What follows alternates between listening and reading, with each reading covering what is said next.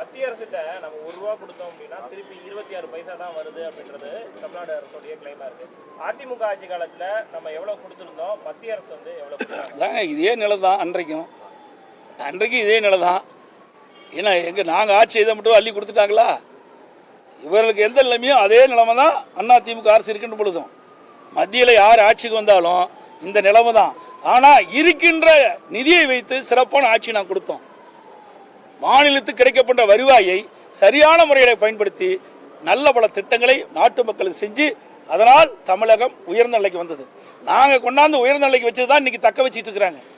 அதே சில நேரத்தில் தக்க வைக்க முடியல.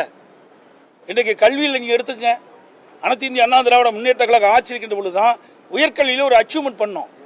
2035 அடைய வேண்டிய இலக்கை 2019-20 நாங்கள் அடைஞ்சிட்டோம். 100க்கு 32 பேர் 2010 உயர்கல்வி படிச்சுட்டு இருந்தாங்க. 2019-20 100க்கு 52 பேர் உயர்கல்வி படிக்க ஒரு சூழ்நிலை உருவாக்கணும். அப்போ கல்வி வளர்ச்சி பெறுவதற்கு அதிமுக அரசு எடுத்த நடவடிக்கை. கல்வி கற்புடைய எண்ணிக்கை அது மாதிரி தான். நிறைய ஆரம்பப்பள்ளி, நடுநிலைப்பள்ளி, உயர்நிலைப்பள்ளி, மேல்நிலைப்பள்ளி, கல்லூரிகள் அதிகமாக திறந்த விளைவாக கற்பவருடைய எண்ணிக்கை உயர்ந்தது. இன்னைக்கு நாங்கள் செஞ்சது தான் திருப்பி சொல்லிட்டு இருக்காங்க. புதுசாக எதுவும் செய்யல, அதுக்கான திட்டமும் கொண்டு வரல. தொழில்துறையை பொறுத்த வரைக்கும் முதலீடுகளை ஈர்த்த மாநிலங்களில் 14வது இடத்திலிருந்து 3வது இடத்துக்கு தமிழ்நாடு வந்து அந்த தொழில் முதல்ல வர வேணும்ல. எல்லாம் சொல்றாங்க 8,60,000 கோடி 6,60,000 கோடி சொல்லியிருக்கிறாங்க. 6,60,000 கோடி நம்ம சொல்லியிருக்கிறாங்க. புரிந்துணர்வு ஒப்பந்தம் போட்டிருக்காங்க. இதெல்லாம் வந்தால் தான் நிஜம். நல்லா வார்த்தை ஜாலங்கள் அழகாக இருக்குது.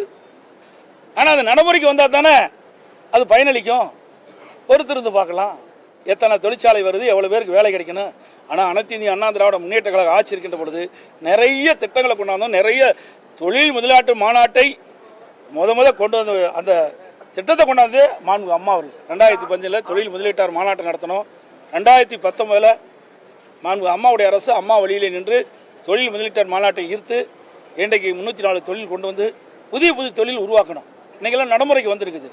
இந்த ஆட்சி பொறுப்பேற்ற பிறகு எந்தெந்த தொழில் வந்துள்ளது, எத்தனை பேருக்கு வேலைவாய்ப்பு கிடைக்கிறது, எத்தனை தொழில் முடிஞ்சிருக்கின்ற வெள்ளை அறிக்கை வேணா இது வரைக்கும் கொடுக்கவே இல்லையே.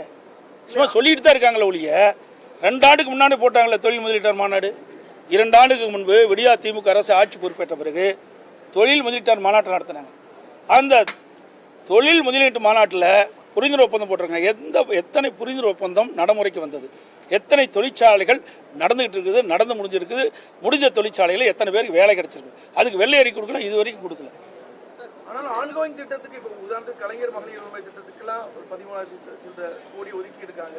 இந்த புதுமை பெண் திட்டங்கிறதையும் எக்ஸ்பேண்ட் பண்ணியிருக்கிறாங்க. அதாங்க இதெல்லாம் நடைமுறைப்படுத்தினா தான் தெரியும்.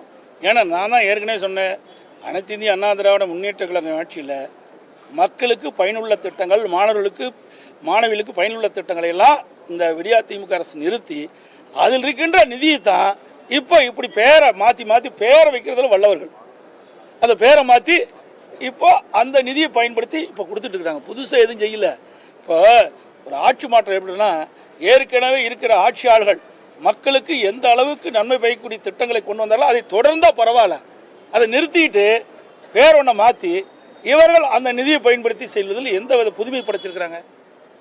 சார் அதே மாதிரி வந்து மாணவர்களுக்கான கல்வி கடன் ஓராண்டில் வந்து 2,500 கோடி ரூபாய்க்கு 1,00,000 மாணவர்களுக்கான அந்த கல்வி கடன் வழங்கப்படும் சொல்லியிருக்கிறாங்க. ஏற்கனவே 2021 சட்டமன்ற பொதுத் தேர்தலும் போது இன்றைய முதலமைச்சர், இன்றைக்கு எதிர்க்கட்சி தலைவர், திராவிட முன்னேற்ற கழக தலைவர் என்ன சொன்னார்? இன்றைக்கு இளைஞர்கள் மாணவர்கள் வங்கி கடன் தள்ளுபடி செய்யணும்னு சொன்னார். தண்ணியில் எழுதி வச்சாச்சு. கல்வி கடன் ரத்து என்று இன்றைக்கு மாணவர்களுக்கு ஒரு கவர்ச்சிகரமாக ஒரு அறிவிப்பை கொடுத்து மாணவர்களிருந்து வாக்குகளை பெற்று, இளைஞரிடத்தில் வாக்குகளை பெற்று அதோட முடிஞ்சு போச்சு. இது வரைக்கும் கல்வி கடன் என்ன ஆச்சுன்னு ஒரு வார்த்தை கூட யாரும் பேசல. இப்போ 2,500 கோடி கடங்குறீங்க. எந்த வங்கி கொடுக்க போகுது சொல்லுங்க? எந்த வங்கியில் நீங்கள் வாங்கி தர போகிறீங்க? இது வரைக்கும் 3 ஆண்டு காலம் ஆச்சுல.